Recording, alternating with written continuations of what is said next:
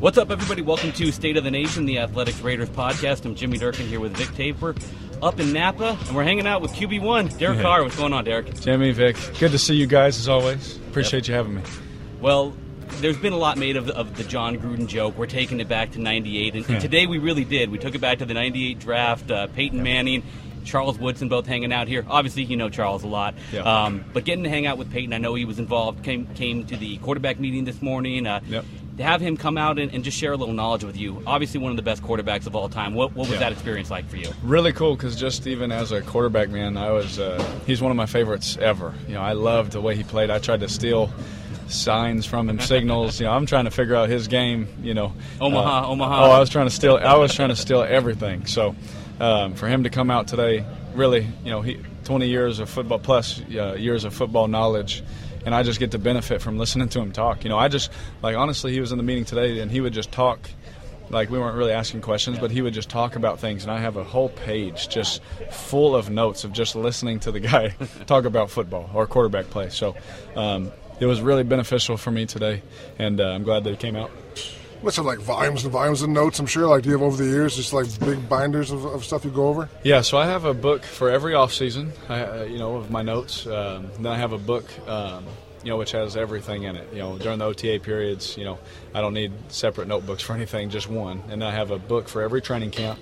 And then I have a book on every team I've ever played, every defense coordinator. And so, I can go back 4 years and say, I played so-and-so, 4 years ago. Let me go get that book. And I have them all at my house. And my wife doesn't like that drawer very much. It's very messy. A lot of notebooks. But, I have my notebook now is for training camp, and I keep my OTA one next to it, just as the time being. And as we get in the season, grab those. Haven't gone digital with those? No, you know what? I think I am an old soul. So you're perfect for Gruden. Yeah, me and him are perfect because I'm more of, hey, give me the paper copy. Let me hold it. I need to touch it. So everyone's got these little iPads and zooming in, and I'm like, no, just give it to me in my hands. Talked to both Jared Cook and Amari Cooper the other day, and they said that this year you're a little different. You're attacking the game more. Is that accurate? Do you think you feel different this year, like your approach? I do feel different. And I thought, you don't know what you don't know, right? I always give it my best. I always give it my best shot, and you go at it with everything that you have.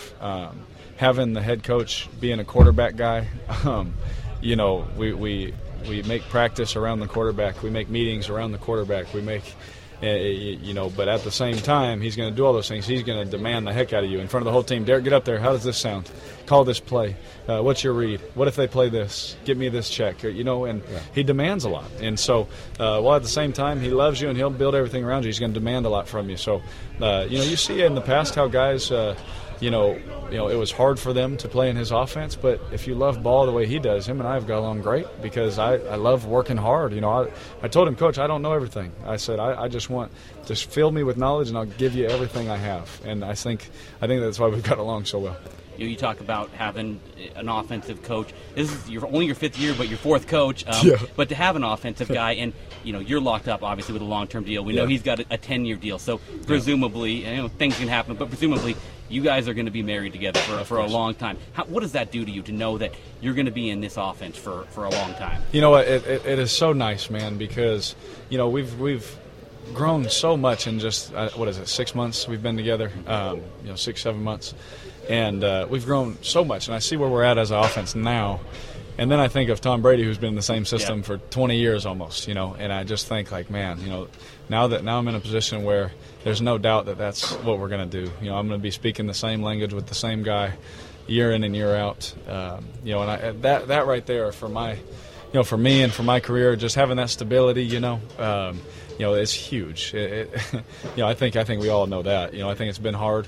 For the first 4 years, there's been a lot of, a lot of changes and a lot of different styles and things like that. And so now, to wipe it all clean, that's what Coach Gruden told me. He said, before this, you had some great. We're wiping the slate clean.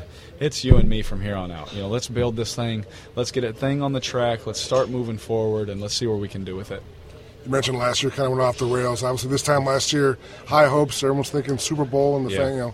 I talked to Reggie McKenzie on Monday about a little bit last year, mostly this year, looking forward. And I want to read you a quote he said about you and get your reaction. Uh-huh. He said, this is Reggie, "I can feel his confidence. He knows everybody's on board, so he doesn't have to go around trying to pep guys up this year. It's all everyone knows what we have to do." Yep. He said that he feels good that Ole and Gruden are in his corner, and they're feeding the players the same thing that he's feeding them. Yep. And he says that everyone's on the same page. Yeah, absolutely. I think that right there is huge. Mr. McKenzie, he's been so great to me. He's very smart. He doesn't say much, but he pays attention to every detail. He sees everything, and there was times I didn't have to say anything, and he would come up to me and he would see things, And for him to care that much about his players, for him to care that much about his team, shows me we're in good hands, And being able to speak the same language, from a leadership standpoint, when it comes from the head coach, I'm telling you, from the owner, GM, head coach, coordinator, all the way down to me, we're saying the same things, like literally identically, and I think that's a little bit of Coach Gruden rubbing off on me, but it's been refreshing, man, to just see that all those relationships, even me from afar, just watching everyone else interact. If I'm standing next to a conversation, it's the same message, and that's huge for a football team.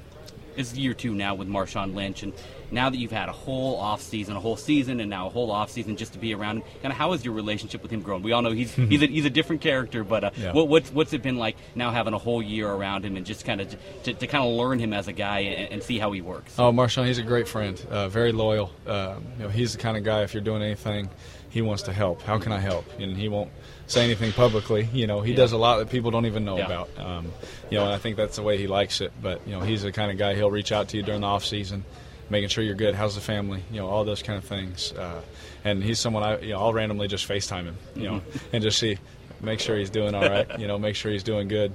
And he's a great friend, great teammate. I don't think you can find anybody that's played with him that would say otherwise. He may have a coach or two that he gave a headache, but as a player, I'm telling you right now, we love him, and I'm thankful for him because he protects his butt off.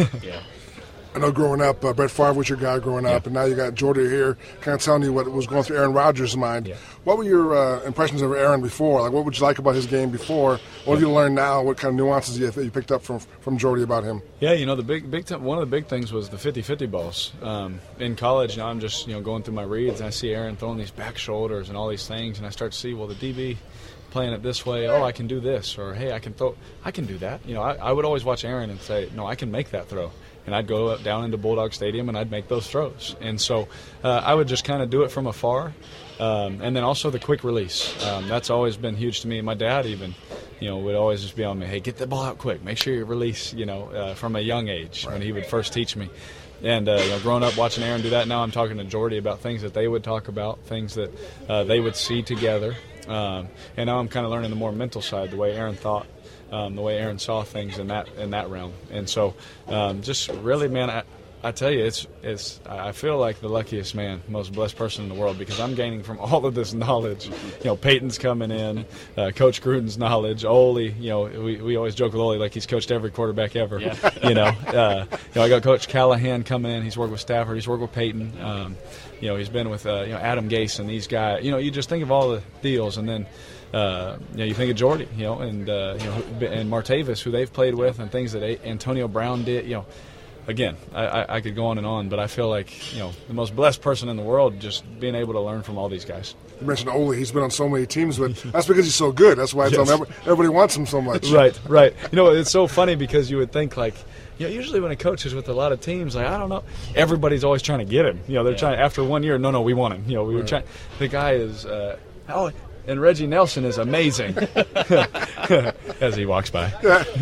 And you would think he would just stay in one place, but everyone just begs for him to come. Like, please, Ole. And I'm the same way. Obviously when the staff was changing, I'm sitting there like, oh man, Ole, man, if we got Coach Gruden and Ole back, man. And then sure enough, we did. He's one of the most smart. He's one of the smartest quarterback coaches, quarterback teachers that there is.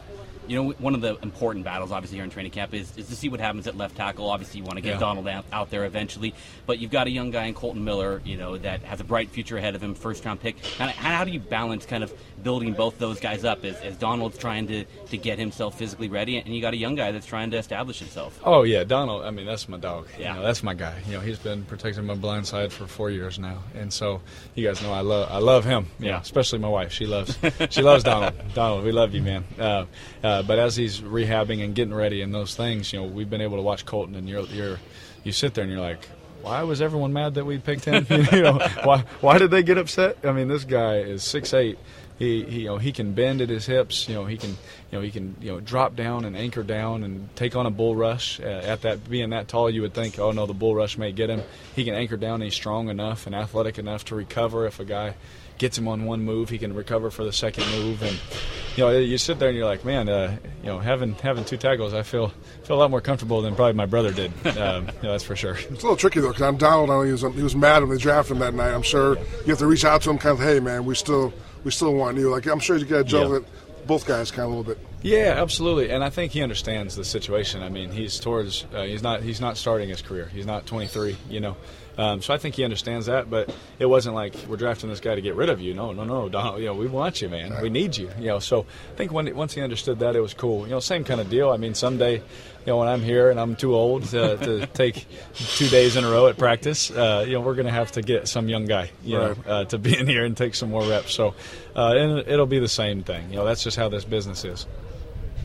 I'll ask you about you got merchandise coming out pretty soon. You got that's what I heard. When's that dropping? You know what? So we're still waiting on the exact date, but I will definitely let you guys know so you can let me help me out there. But we're going to make sure Raider fans get the DC4 gear. But it is ready. We're just finalizing the material kind of stuff, some logistical kind of things. But once that's done, it'll be out there. That's something you always dreamed about growing up. Something you always thought about, having your own gear, your own stuff. You know what? It was because I would see Michael Vick. He had the logos on his shoes or on his shirt, and those kind of things. And you see it kind of more and more now. Guys are doing that, and it's more so just for your fans. I'm not really trying to create a business or anything like that. About it. It's really just because your fans want to wear something with your logo on it, and that's where my heart's at, man. Just to be able to do that. I know there's a whole bunch of kids. They beg me all the time. Can we get some stuff? Because I'll wear some shorts or a tank top, and they're like, "Where do we get it?" You're teasing the brand. I'm teasing them a little bit. Coming. Building the anticipation. There you for go. it. That's what it is. But yeah, no, it's coming out, so I'm excited. You involved in the process? Like you drawing stuff up, or you're designing it? All of it. The sewing machine, the whole deal. Everything except the sewing. I don't think Coach Gruden would like me getting my fingers. That's a good point. But yes, I'm involved 100%. Because I just would want it to be something that, anything I'm a part of, I want it to be excellent. Even like the wrapping, the way it presents itself, all that stuff matters to me. If you get, I think my wife kind of probably gets upset when I wrap her Christmas presents and there's duct tape all over the thing. It's love. It's made with love. Exactly. So these will be coming nicely wrapped and with love. So. All right. Well, speaking of your fans, last question here. We threw it out. Let the fans ask you a question. Okay. We threw it out on Twitter. And so this one comes in from Zach C. His handle is Raider Faithful 5. Is DC going to get his first rushing touchdown this year? Hey, man, I hope so, because I got a dance ready. I was ready for that Cowboy game. I was inches away. The dance was ready. But, yes, I sure hope so, man. It's about time. Is it a new dance, or is it like a Fortnite kind of thing, or has you got something? It's not. From way it's back? old school. Old school. Again, I'm an old school kind of guy. All right. Someone who I'm a big fan of may appear. Wow. So I'm excited about that one. So I'm excited for that. But I need that. It's been too long. Now there's been a couple times where I could have ran them, but I'd rather get the passing touchdown. So that's always a tough decision on the inside. All right. Well, we need to see this dance, so we need you to score a touchdown. Yeah, no doubt. Now the more teasing. You're all about the tease. Oh, I'm all about the tease, so I can't wait for it to happen. All right, bud. Yeah, appreciate it, man. Thanks, guys. Thanks Good a to lot. see you. Appreciate it. Yep. Well, that was good. Good old DC, man. That was some good times. Yeah, he's great, man. He's a new man this year. It's kind of hard to put your finger on what exactly is different, but can you hear it in him? He's definitely got that confidence, maybe a little more mature, just kind of maybe a better viewpoint of things. But yeah, that was great. Well, the other face of the franchise remains like pretty much topic number one, among the fan base at least, even though he's not here, and that's Khalil Mack. And a lot of it, everybody takes, I think, every little nugget that they hear out of proportion, right? I mean, and so especially when people are throwing nuggets that aren't really nuggets. You know, like, people are just like they're status quo. Yeah, there's theories. There's like, people like, oh, Gruden is involved in negotiations. Gruden doesn't want him, or like, oh, this means that. I mean, it's like what Gruden said about the other day's comment about the defense was bad last year, even with Mac, which some people like freaked out about, but I took a different way. Yeah, I mean, everyone thinks that was like some kind of shot at Khalil Mack, like, oh, we don't need him on our defense. We were bad even with him. No, like, the way I read this, and I'm pretty sure this is kind of the way he's talking, is that the defense struggled last year. It had Khalil Mack, and it still struggled. So they need to elevate the rest of the defense around him. It doesn't, they know what they have in Khalil Mack. They know that when Khalil Mack shows up, he's going to be in shape, and he's going to be one of the top pass rushers in the league. They just know that. They need the rest of the defense to be better, because right now, you can kind of look at that defense is down there in the basement, and Khalil kind of maybe got them halfway up the staircase out of the basement. They need to get up to the first floor without him, and then he can elevate them up to the second floor and make them the kind of defense that is going to be good enough to compete in this division and win some games with the offense they have. Yeah, I think John's going to have a lot of sound bites this year. To his credit, he answers almost every question. Yeah. Doesn't say no. He kind of, even when he gets irritated, he answers the question. So I think with the Mac thing, he's probably been asked now about, 50 times in the past week? Yeah. He's trying to answer different ways in as nice way as possible. So I'm not sure you can really break down everything he says and analyze the hidden meaning, like, oh, what he meant this, or it's like text, or he's trolling someone. I just think he's just kind of moving along the conversation. In this case, there's no news. Like Reggie said today, I talked to Reggie McKenzie on Monday, there's no news right now. And, I mean, people don't want to hear that. They want to think these guys are going back and forth every day, like, 80 million guaranteed. No, 75. They're yelling at each other. But really, there's an impasse. There's been no progress for a while. It's day 8 now of the holdout. I mean, last year, Donald Penn held out for 26 days. Yep. And he got more money for doing it. He actually was rewarded for it. Max, obviously their best player, much more leverage. So I just think we'll wait and see what happens. I think something will happen next week, 2 weeks, but I don't think it will happen anytime soon. Yeah, I mean, that's the other overreaction, the whole Gruden hasn't talked to Khalil Mack thing. I mean, okay, Gruden cleared that up, said, well, I mean, I have talked to him back when I got the job. I mean, there hasn't been regular contact. He's never met him. We know that. Right. But it's not like these contract negotiations are not between head coach and player. Right. And so the fact that these guys aren't having regular conversations doesn't really mean a whole lot. If Reggie is in regular contact with Khalil's team, with Khalil's guys, I mean that's what's important. And so the whole it's just so much stuff gets blown out of proportion, and we talk about it. National reporters fling in for one day, and that's what they're told. Even though that's kind of been the case for months. Once it's reported again, it becomes like it's new news. Yeah, NFL Network, God bless them, they got a lot of time to fill. They got a lot of the whole network just for the league. Exactly. So training camp's a long time. So for the Raiders, the topic's going to be Khalil Mack and John Gruden. Talk about Gruden for half an hour, and then what about Khalil Mack? And you got to have something that moves the needle a little bit. You can't just say, "Oh, Mack, nothing new happened today." Yeah. And that's not going to work on a TV show that covers the league every day. So I think there will be some news at some point, but not yet. And I mean, I do think there is there is a slight annoyance from Gruden that I think he wants Khalil here, but I mean to act like this relationship is getting broken or anything, I think that's where that's I mean, you don't, if you're a coach, you don't not want a guy like Khalil Mack on your team. Right. Yeah, I keep bringing up the Penn example. And it's because that was the first holdout here in a long time since Jamarcus Russell. When Penn held out, we had the same thing, like, oh, he's never coming back. Oh, it's going to end up ugly. Oh, he's going to miss some games. And then he shows up, for the third preseason game, and they get it done. So I think Reggie McKenzie, he has his critics, he has his, people who love him, but I do think he has a good sense of what players are thinking. I think he and Khalil definitely get along pretty well. And the agent's involved more so than Khalil is at this point, but I think Reggie has a firm grasp on things. He has turned the salary cap around over the years. I think he knows what numbers they can work with. And obviously, when Derek Carr makes $125 million, you can't just give Khalil Mack a blank check and say, here, how much do you want? Yeah. Because, it just doesn't work that way. And it sucks for Khalil that he wasn't first. I'm sure that's maybe a small, in the back of his mind, I'm sure that's not a great thought. But you got to make it work. And these two guys are the foundation centerpieces, and I think at some point it'll get done. All right, well, another fairly major topic out here is Garyon Conley, the first-round pick, who just can't seem to stay healthy, can't seem to stay out on the field. He's dealing with a hip injury now that it's going to keep him out for a couple of weeks, which at least a couple of weeks, which is concerning. I mean, maybe it's not something that's going to threaten his season or anything like that. Not saying that it's concerning because of that, but here's a guy that has not had a lot of practice time in the NFL. It is weird because he never had an injury history in college or even before that. He was pretty much a pretty solid, reliable guy until last year, and he had the shin problems. So it is unfortunate. There was a theory going around first by Rod Woodson, threw it out there, and Greg Papa picked it up the other day. And both guys are both around the team enough the last few years that I have to at least, maybe that's it. It's not a random guy on Twitter. And so they both said that Garion's got a vitamin D deficiency, which hurts him as far as healing goes, and it's a problem they knew about last year, and they're trying to tackle long term. Whatever, it's a nice theory. So Vic bit the bullet. I bit the bullet, and I asked John about it yesterday. These are not we don't like asking questions like this. Exactly, but I mean, again, you have to you gotta pick. He did this for you guys. I really did. I did for you guys. So I asked John about it yesterday. The look on his face was like, "Really? You're asking me about vitamin D deficiency?" I was like, I think I said sorry, man. I mean, but he said, you know what? He said he hadn't heard of it.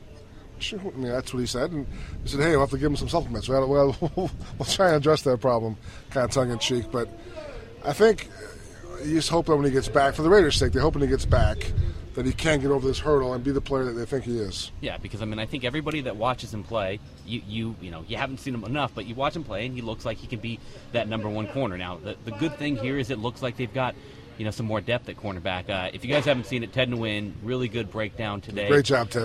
Talking with Rashawn Melvin, where they go over 6 highlight plays from last year, and he really just kind of goes inside and tells you what he's looking for there. So good stuff there, and we talked with Darryl Worley today. So that's the good thing, that they've got some guys, I think, that can play that position, but you need Garyon Conley, you need your first-round pick. And even some of the guys that you never heard of that are kind of flashing. Like Tevin Mitchell was a safety they signed last year, practice squad, now he plays a little cornerback.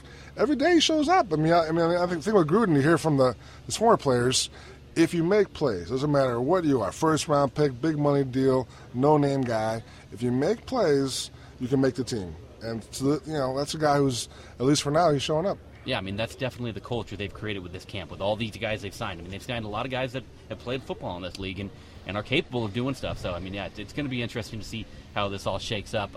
We'll give a couple updates. Some guys that had missed practice. Jalen Richard was back today. He looked good. He had a nice cut and showed the burst. I mean, I think Gruden said the other day he likes him, so maybe he's got a small leg up on DeAndre Washington, but that's a good sign for him and for the Raiders. You were talking about the new running back they brought in that you liked. The guy, I always can't remember his name. I think it's James Butler from Iowa. He had big numbers at Nevada Reno. Then he went to Iowa and got hurt, and they brought him in for the rookie tryouts at the minicamp this year, and they didn't make it, but they put his name, they circled his name down, like, hey, this guy showed us something. I mean, they didn't have many roster spots back when. No. This is one of the smallest amount of undrafted free agents you've seen a team sign. 10 now, so they brought him in, and the last couple of days he looks good. I mean, he looks like he's got a little juice. So I mean, that's always it's always good when you can bring in new guys who actually make some impressions the first couple of days. Yeah, Martavis Bryant also back at practice. As he was sick. He was sick yesterday. Yeah, no big deal. He was back there, and so good to see. And other receiver I will mention is Marcel Aitman. I kind of been dogging him the last week because he's got a weird running style. I didn't think he looked very. Everyone knows he's slow, but not really fluid. But I'll tell you what, as far as like his skill set is posting guys up in the corner of the end zone, high pointing the ball, does that very well. Did it again today twice, and that seems to be it's a good trick to have. So I think that's something to watch for down the line.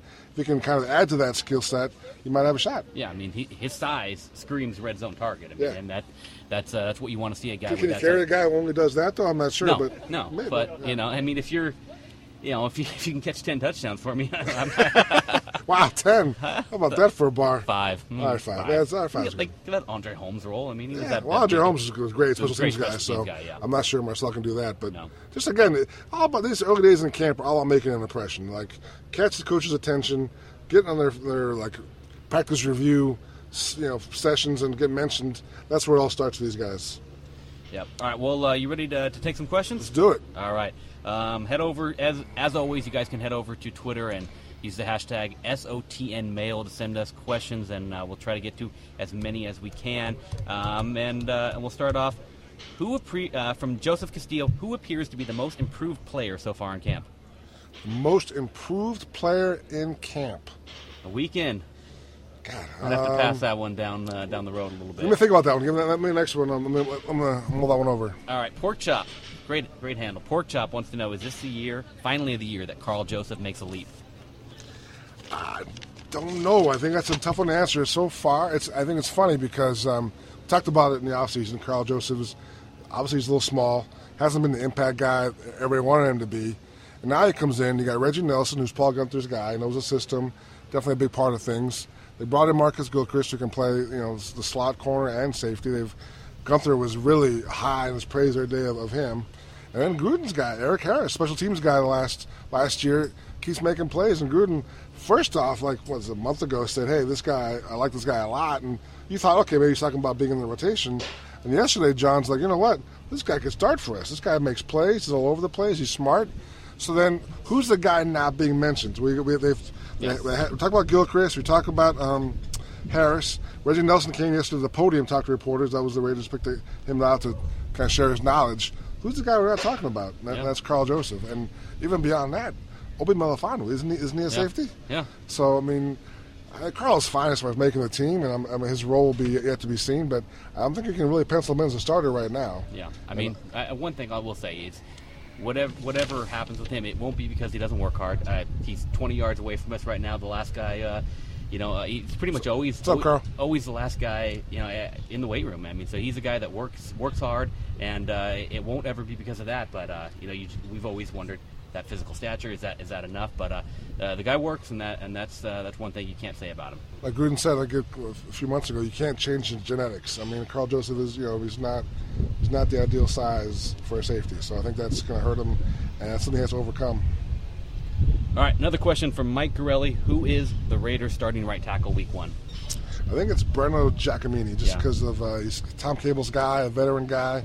Brandon Parker, obviously, he's been hurt the last couple of days on the side working with trainers. We're not sure what it is, but it looks like it's not too serious. But I think it'd be tough for him anyway. I think it's just the way the offense is built up and the way Gruden's, when he and Cable, their preference seems to be veteran guys now, young guys maybe later on. So I think Breno's a little limited in what he can do. He's not going to be an explosive guy, but he won't make mental mistakes, and that's big for this team.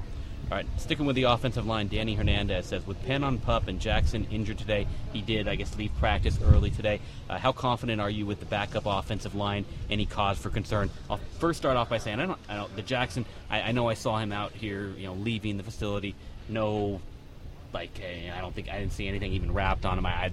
That doesn't mean a whole lot, but I'm not any reason to be concerned about that right now. We'll find out more tomorrow if he practices. But how do you feel about the backup offensive line? Obviously, Vidal Alexander, they waived. He's a guy that we don't know why. We know he's suspended for the first 4 games, and then he didn't show up to training camp.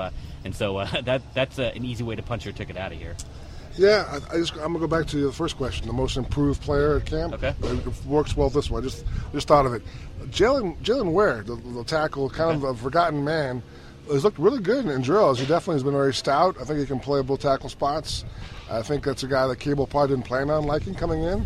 But I saw him yesterday, talked to him for a while after some nice plays, and I think you could tell Tom's a little impressed and kind of like, let's build off this. So I think Jalen Ware is one of the guys making good use of his time here.